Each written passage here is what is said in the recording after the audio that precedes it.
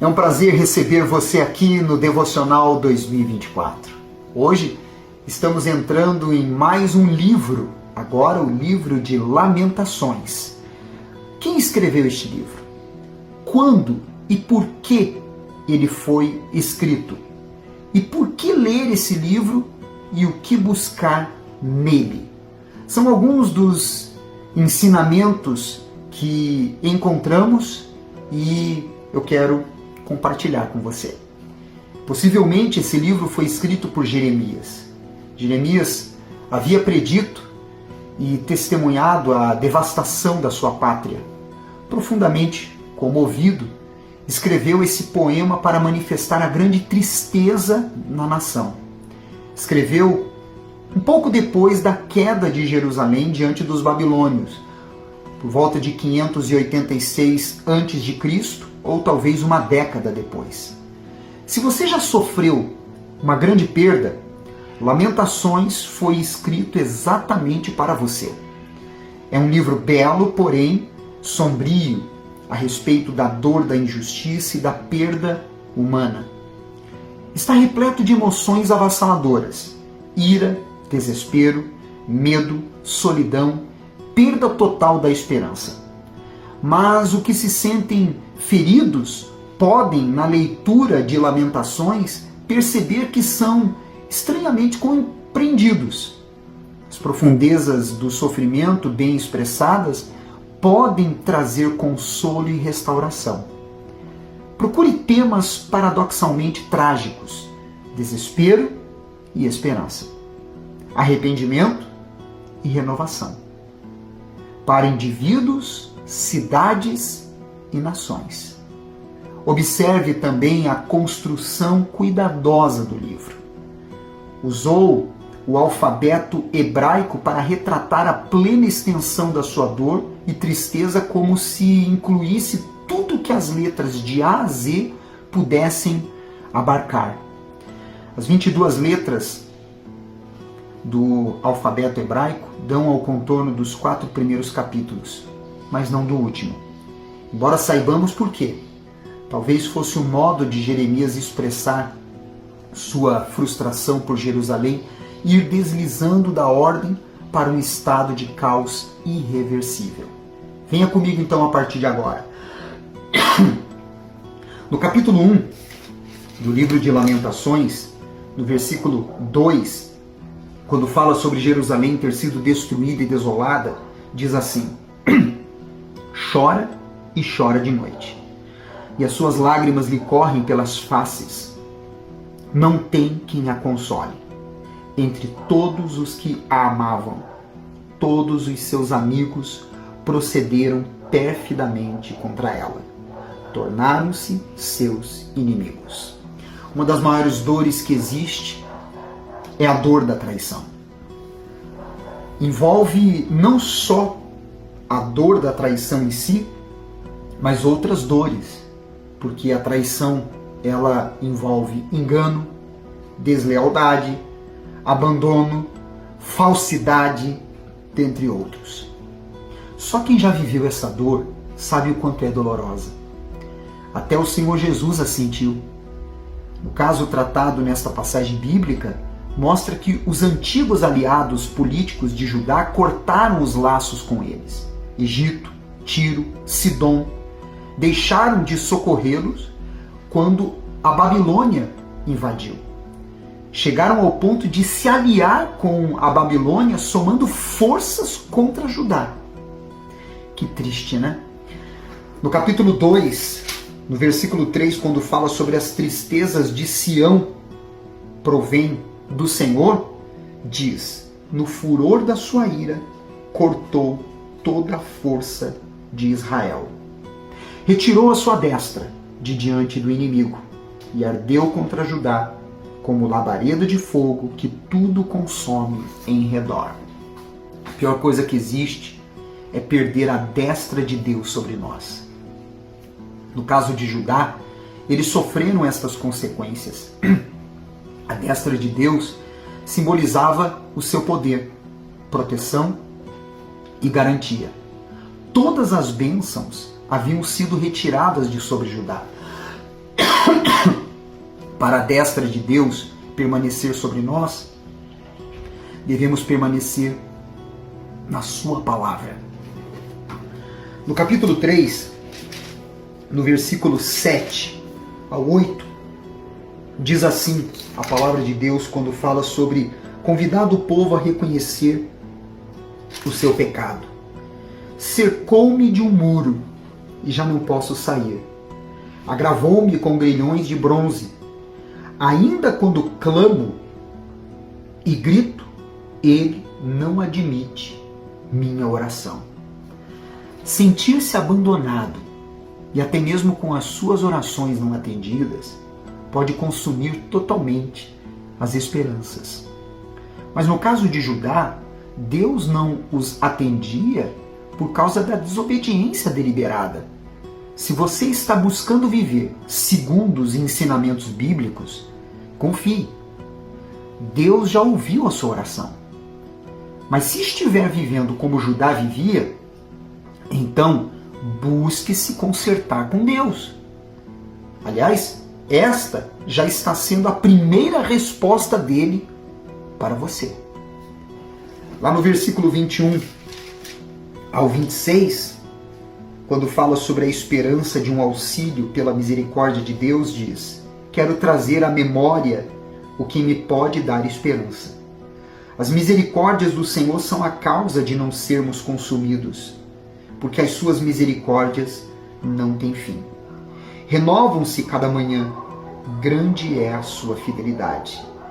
A minha porção é o Senhor, diz a minha alma, portanto, esperarei nele.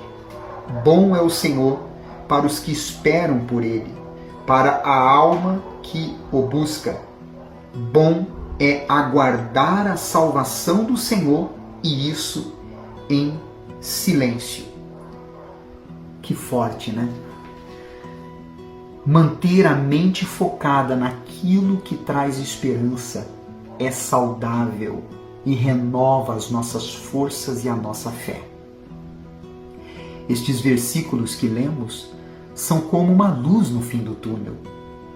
Seu tom de esperança, em nítida oposição aos versículos tristonhos do contexto, revela a fé que Jeremias tinha, arraigada no íntimo a despeito da desesperança no caráter imutável de Deus.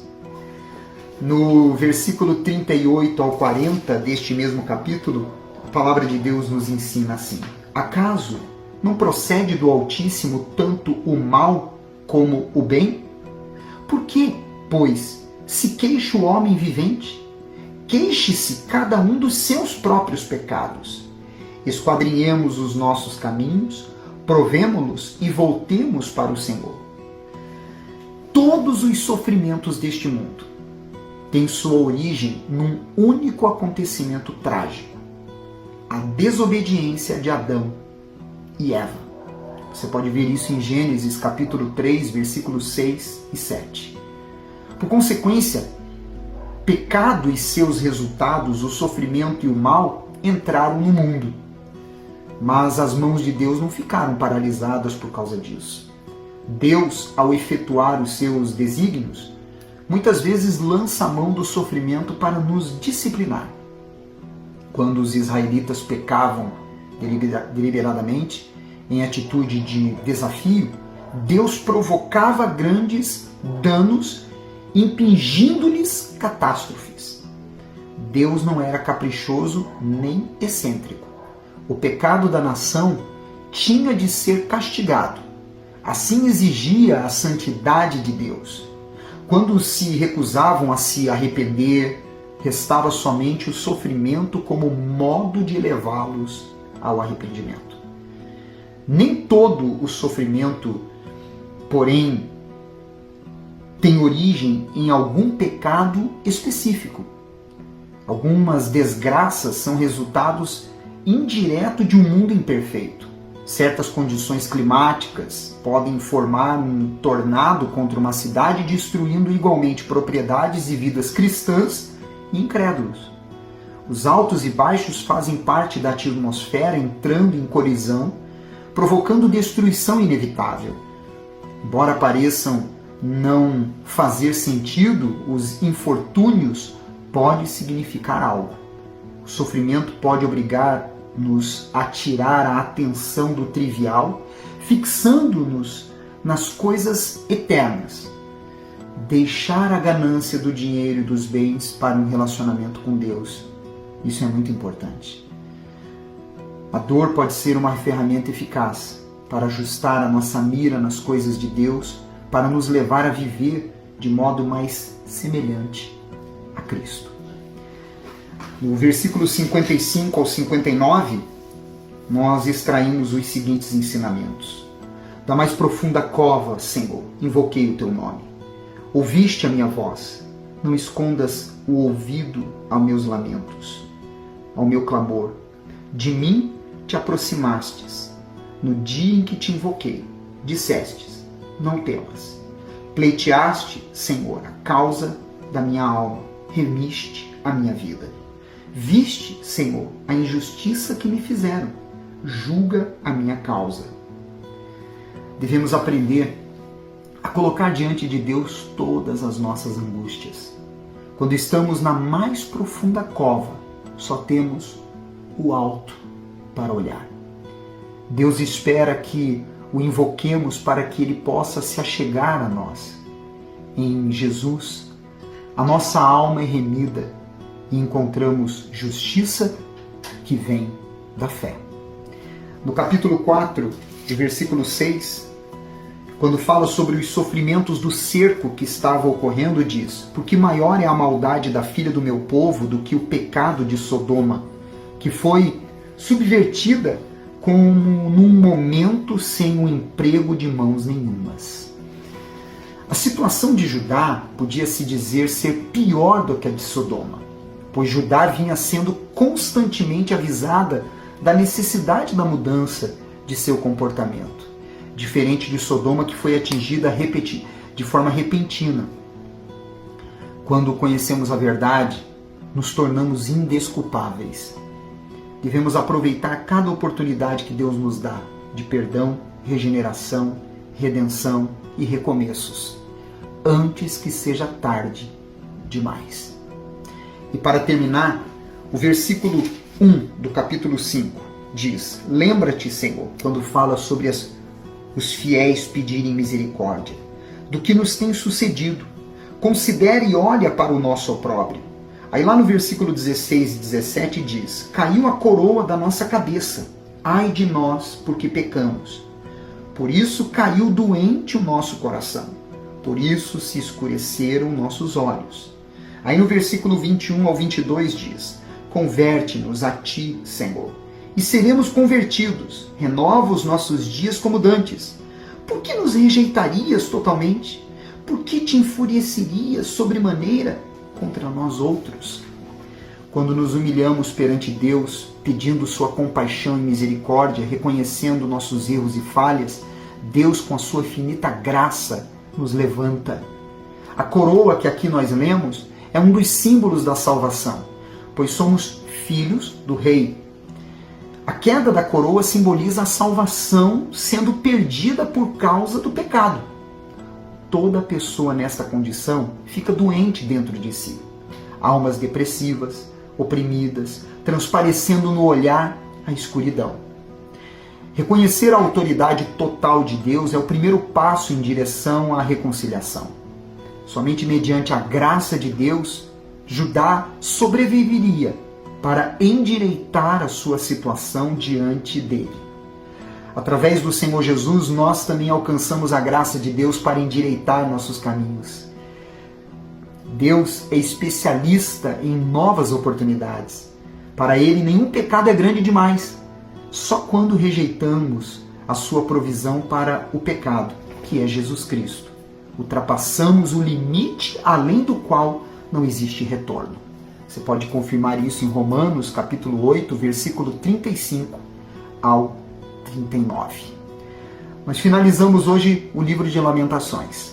Amanhã entraremos em 1 Crônicas. Venha comigo no Devocional 2024. Que Deus te abençoe.